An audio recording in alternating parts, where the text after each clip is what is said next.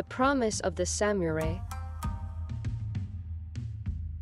But soon after his good fortune, misfortune was silently creeping up on him. Yoshizane had two worries. One was the whereabouts of Kanemaru Takanori, his loyal servant who had gone to Anzai's castle as a messenger and had not returned yet. He knew that he had escaped from the enemy territory and was attacked by the exhausted Tapi Kabura. But he had no idea what happened to him afterwards. He sent people in all directions to look for him, but he could not find him anywhere. The second worry was Yatsufusa, the dog.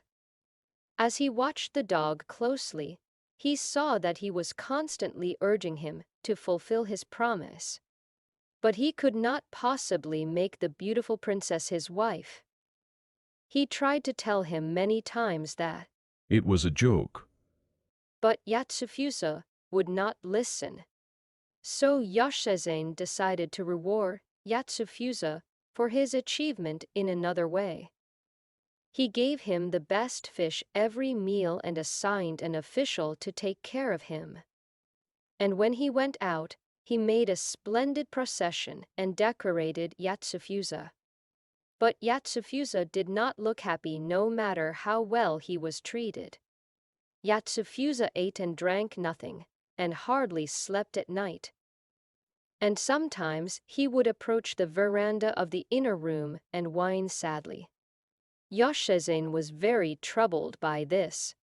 Yatsufusa was making so much noise that Yoshizane had no choice but to chain him to a pine tree in the back mountain. Yatsufusa knew that he was being pushed aside and barked day and night while chained. But one day, Yatsufusa broke the chain and ran into the castle. The women who fled screamed for help, and the samurai chased the raging dog with their swords. But Yatsufusa became even more furious and rushed into Princess Fuse's room. Princess Fuse was reading a book at her desk, unaware of the commotion. But she was suddenly attacked by Yatsufusa and could not even move. Yoshizane, who heard of the emergency, quickly took a spear and ran to Princess Fuse's room. You, Yatsufusa, how dare you harm your master as a beast? Don't move. Yoshizane was about to thrust his spear when Princess Fuse stepped forward, protecting Yatsufusa. Father, please wait a moment. Yatsufusa is innocent, though he has done a great deed. Even if the other party is a dog, once you have made a promise, you must keep it. I have resigned myself to becoming Yatsufusa's wife. Please withdraw your spear. Princess Fuse said this with tears in her eyes. And Yatsufusa, who had been so mad, was now quiet and crouched beside the princess. Princess Fuse said to Yatsufusa, Well, take me wherever you like. Yatsufusa barked happily and put the princess on his back. Princess Fuse held a volume of the Lotus Sutra in her hand and wore the crystal prayer beads around her neck. I'm leaving. Father and Mother, please take care. Princess Fuse said goodbye quietly to the people who were crying, and Yatsufusa ran away with great speed. Isarago, who wanted to at least find out where her daughter was, secretly sent Katsunoshin Amagaseki, a brave man among her servants, with 3 or 4 others to follow the princess. Katsunoshin rode his horse straight after Yatsufusa. Yatsufusa ran like the wind towards Toyama, the highest mountain among the Owano Mountains. Katsunoshin, who saw this from afar, told his men not to lose sight of him, and rode his horse into the mountain of Toyama. Yatsufusa ran through the steep mountain path as if flying. Hurry up, you must not fall behind. Katsunoshin encouraged his men, but one by one they fell behind and Katsunoshin was left alone.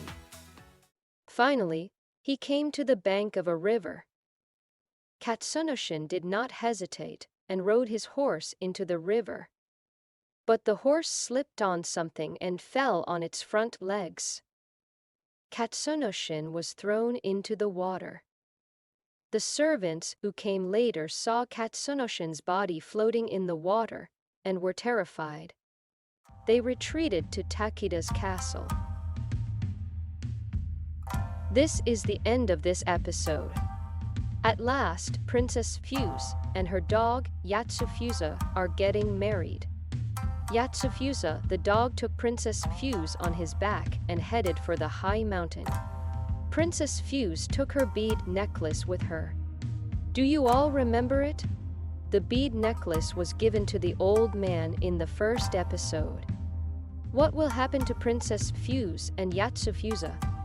The next episode will be a shocking one. Please look forward to it. In this channel, I would like to share you Japanese stories.